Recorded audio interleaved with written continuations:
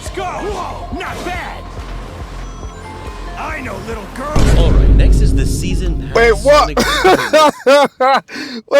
what? Wait, let me run that back. that sounded good, but what? Sorry, What was I'm I in saying? here. Let's go! Whoa, not bad! I know little girls! Alright, next is the season pass. SEGA! What's going on, guys? So we're going to be reacting to Sonic Racing Crossworld First Impressions. So this is by Cybershell. So I played Sonic Crossworld. Freaking loved the game. You know, it's the next day since I've obviously gotten the game, and we're gonna kind of see if we can share some thoughts with Cybershell. Like, it seems like he's dropped an interesting video, and you know, hopefully that a lot of people have a similar opinion. But let's see. A new Sonic racing game? I don't need to make a video about that. It's probably gonna suck like the last one. Oh, seems like people are actually enjoying it. I'm gonna be honest, when they first announced this game, I was not especially hyped. I adore Sonic and All-Stars Racing Transformed and genuinely consider... Yeah, same. So I remember when they dropped it and I was like, okay, yeah, another Sonic racing game, cool. Because I've played the other ones like on the PlayStation 3. I enjoyed it. It was such a pickup. It was such a throwaway game. I picked it up, played it for a bit, and then that was kind of it. But there was something about this one. I don't know why it just hits better. But yeah, I think a lot of people had that speculation when it was like, oh, okay, another Sonic racing game, cool, okay, yeah, all right. But yeah, I think a lot of people had that first initial thoughts. Oh, seems like people are actually enjoying it. I'm gonna be honest, when they first announced this game, I was not especially hyped. I adore Sonic and All-Stars Racing Transformed and genuinely consider it to be one of the greatest kart racers of all time. However, I was very disappointed by Team Sonic Racing.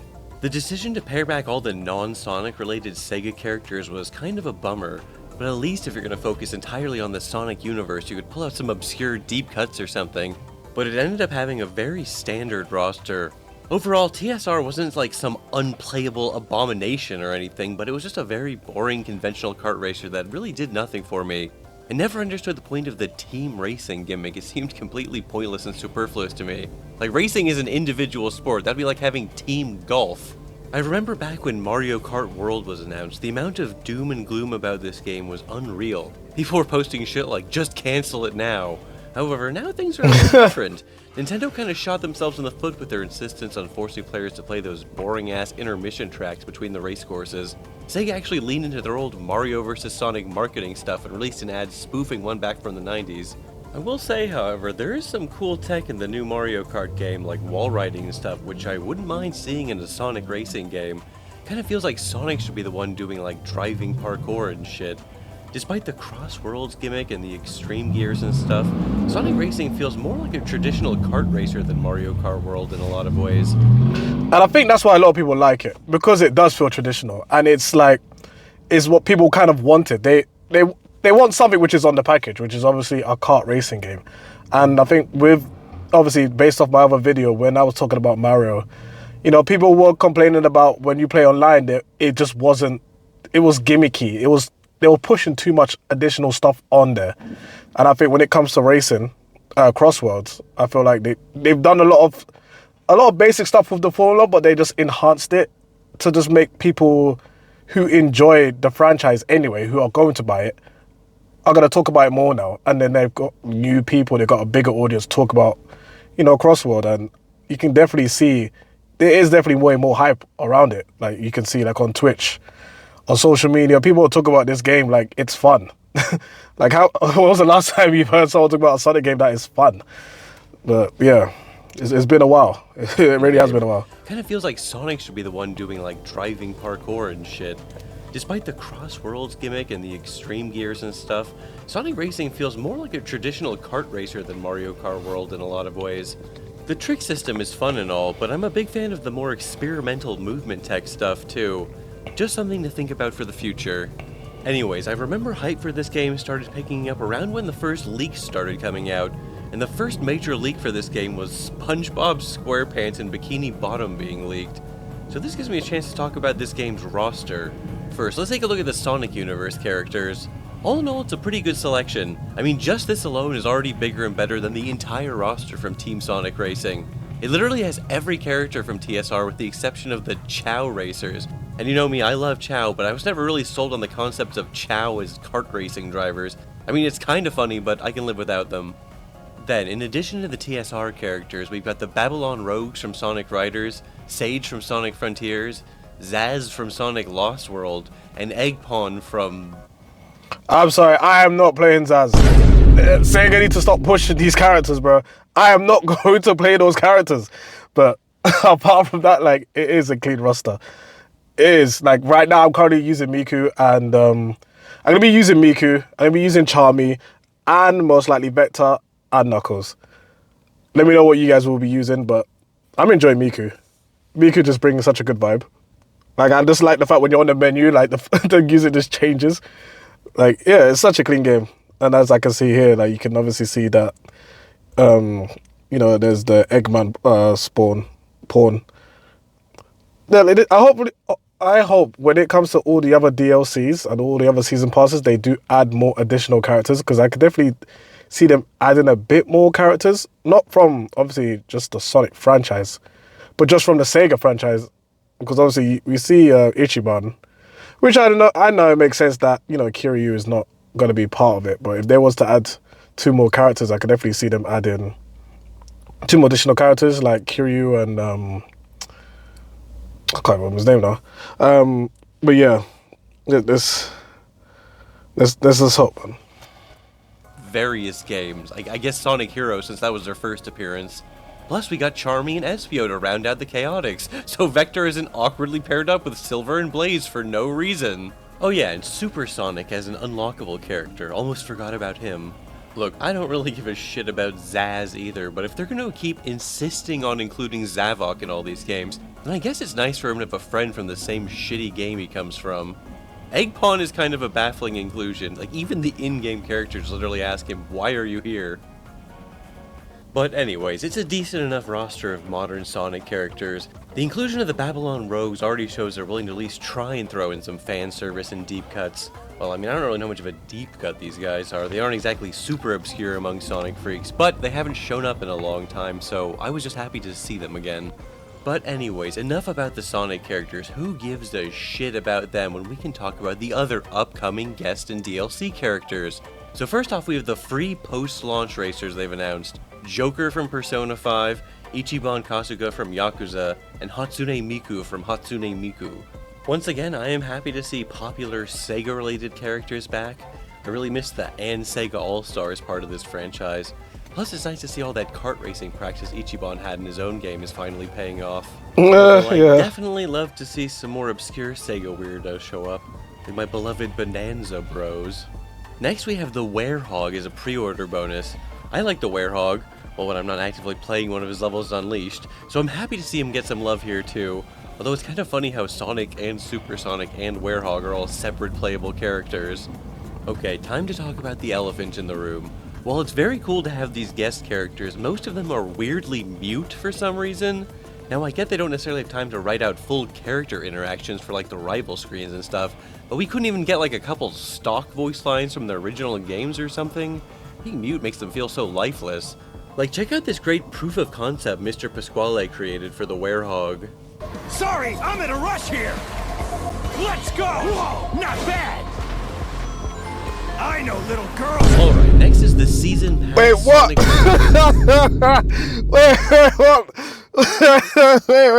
let me run that back. that sounded good, but what? Sorry, what I'm in a rush say? here! Let's go! Whoa, not bad! I know, little girls! Alright, next is the Season Pass. Sega! No, wait. I mean, no, wait. that was not in Unleashed, bro. I need to comments later. Racers. I mean, to be honest, this is the kind of crossover stuff I was expecting when they first announced Cross Worlds. A lot of people seem to really hate this show, but I thought it was alright, even though the last third kind of dragged. Maybe it's just... You know what? I need to finish Cross Worlds, but that show is so good. I think people sleep on that show. Like, when it comes to the animation and the storyline, storyline's alright, but is the closest thing to Sonic X we're gonna get, like in big 2020. I think 2022 it came out, but I liked it. I watched the first 2 seasons. I don't know how many seasons there is. I think there's 4 or 3, but I am definitely behind on one of them. But from what I saw so far, because I watched it with one of my friends, and it was good. Like, I don't know if any of you guys watched it, but definitely give it a watch. I do recommend it. It does kind of scratch that itch if you are like craving like Sonic related like content. But in regards to the other characters, yeah, I did notice when I was using Espo, he wasn't saying anything. He was posing, and just that's it. So I was like, what's going on? And I remember when I finished the race, he finally said something. But the poses were cool when I was doing the tricks, but he wasn't. He did sound in mute, so I did realize that yesterday. So yeah, I mean, I guess I don't know. Maybe they might add a patch update with this, but that is something which I did notice. The kind of crossover stuff I was expecting when they first announced Cross Worlds. A lot of people seem to really hate this show, but I thought it was alright, even though the last third kind of dragged. Maybe it's just because I went in with insanely low expectations, but it had some interesting bits and pieces, so these characters are fine inclusions, even if they are basically glorified skins. And now we get to the Season Pass DLC characters, which will be releasing over the next coming months. First up, we have the aforementioned SpongeBob and Patrick as racers, along with the Bikini Bottom racetrack. I'm gonna be honest, the SpongeBob crossover kind of got an eyebrow raise from me. You don't need a license. But hey, I like SpongeBob, and he's a very popular character, so I guess I kind of get it. However, SpongeBob is actually just the beginning. Sega announced a strategic collaboration with Nickelodeon, and there's going to be future DLC for Avatar: The Last Airbender and Teenage Mutant. Hey, yo, what? Hey, okay, Sega made sure they started cooking. Yo, Avatar. That's crazy. Okay, and then 2 more. What would the other 2 be? If I had to think of Sega games, of Sega IPs, I don't know what they could add. I don't know. What do you guys think they'll add for the last 2? Let me know, but I'm trying to think on the top of my head what they could add. The Turtles. At this point, fuck it, let's just bring in everyone from Nick All-Star Brawl. I need to see Sonic racing alongside Cat Dog and Invader Zim. But it's not just the Nickelodeon characters, Sonic's also going to be teaming up with some gaming icons as well. First announced was Steve from Minecraft. But not just Steve, yeah. Alex and a Creeper too. Racing in minecarts, plus a Minecraft world-inspired track. It's another crossover that seems odd at first, but then you remember that Minecraft is literally the best-selling video game of all time by like over 100 million copies. So it's like, yes, of course you'd want to collab with Minecraft if you can. The next DLC racer is Pac-Man, complete with a Pac-Man world-inspired course. I'll be honest, I haven't really played too many games in the Pac-Man series besides the original arcade one, but I'm still happy to see him. I mean, he's fucking Pac-Man, how can you not like him? Despite peaking in relevance back in the 1980s, he's still one of the most iconic video game characters of all time. Plus, it's not just Pac-Man, you can race as the ghosts too. All your favorite ghosts are here. Inky, Blinky, Pinky, and the fucking orange one. Honestly, pretty sweet roster, not gonna lie. Sure, in an ideal world, we'd be rocking some more of those iconic Sega characters from Transforms too, but I can live with this, even if there are a lot of Nickelodeon characters coming up for some reason. Plus, there's going to be more DLC characters in the future too. These are all the ones that have been officially announced yet, but it's basically been confirmed via leaks that Mega Man will be coming too, as well as Knight, so my beloved irrelevant Sega has-beens still have a chance to make it in. I believe that Ian Flynn was also in charge of the writing in this game, and I can see it. There's a lot of fun little interactions between the Sonic characters during these rival screens. It's always nice seeing characters who have never interacted before acknowledge each other. Okay, enough rambling about the fucking roster. What is this, Smash Bros? Let's actually talk about the game itself. And, it's good. It's a good and fun kart racing game. It definitely suffers a little bit from that classic kart racing thing where it can feel like races are sometimes decided by the item RNG in the third lap rather than pure racing skill. Item RMG. Bro, that is guaranteed. Like that third lap, that final stretch, you're gonna get hit. I swear, it's always carnage on the third lap. They just made sure to increase the drop rate of like all weapons items and no defensive. It's crazy. There's times when I'm second to first and I'm about to finally hit that finishing line. You get hit, everyone just zooms past. I mean, I'm no stranger to getting shagged like that in like Mario Kart games and like racing games in general, but bruh, it gets you raging, especially online where everyone's just cracked at the game now. But the RNG is crazy, bro. But it's still a fun time. Kart racers has never really been my favorite genre, so I'm not really sure I'm the best one suited to giving deep gameplay analysis, but I can definitely tell when something just isn't working for me, like with Team Sonic Racing. And by comparison, I was actually quite enjoying my time with Cross Worlds. I didn't realize how much in-depth kart customization there was going to be in this game, like being able to mix and match the front and back of karts within a certain class. Even stuff like being able to scale and rotate decals was a nice touch. I was also surprised by how much I enjoyed the gadget system. Normally this amount of potential... I love the preset system. I'm not sure if they have it in Mario Kart World, so if anyone can let me know, just let me know. But this is a game changer. Like, the fact that you can become, like, a speed demon and just have, like, a speed build. You can have a good handling build. Right now, my build is a 2 boost at the start and mostly all handling. Just because the Miku board I use has really bad handling. And I really wanted it to get to that high tier range, but I love that plate system. I've only got up to, like, silver, obviously, because I just got the game. But... they're doing so much stuff on this game which just ticks a lot of boxes. I think the last good like kart game I've enjoyed like this, and I'm showing my age now, is probably Crash Tag Team Racing. Any of the fans, yeah, you guys know that game on the PlayStation 2 slapped. And yeah, that game was amazing. I love that game. And I think this is the last game I enjoyed playing, like, in terms of a kart game. So let me know if you guys also play that game, but I definitely see the effort they put in this game, and it's amazing. Combos can feel overwhelming, but it was actually pretty easy to figure out which of these things complemented my playstyle, and experimenting with them was kind of fun. Also, I like Eggman's vehicle looking like the machine from the boss fight in Emerald Hill Zone. That's a bit of shameless pandering that 100% worked on me. I also really enjoyed seeing all the robot models in the Eggman Expo track. Yes, even the Death Egg robot. This game made me happy to see the Death Egg robot again. Honestly, the tracks in this game were pretty solid. Healthy mix of original locations and areas from previous games. Some track choices were even from games that kind of surprised me, like Secret Rings, Lost World, Shadow the Hedgehog, and Sonic Rush. I think I mentioned this before, but I've never really played the Riders series. That's one area of the Sonic franchise that's always been a bit of a blind spot for me. But playing this game was me considering doing a full Sonic Racing sub-series retrospective. And if I did that, I'd have to actually play the Riders series too. Well, the first... That is a must-play game.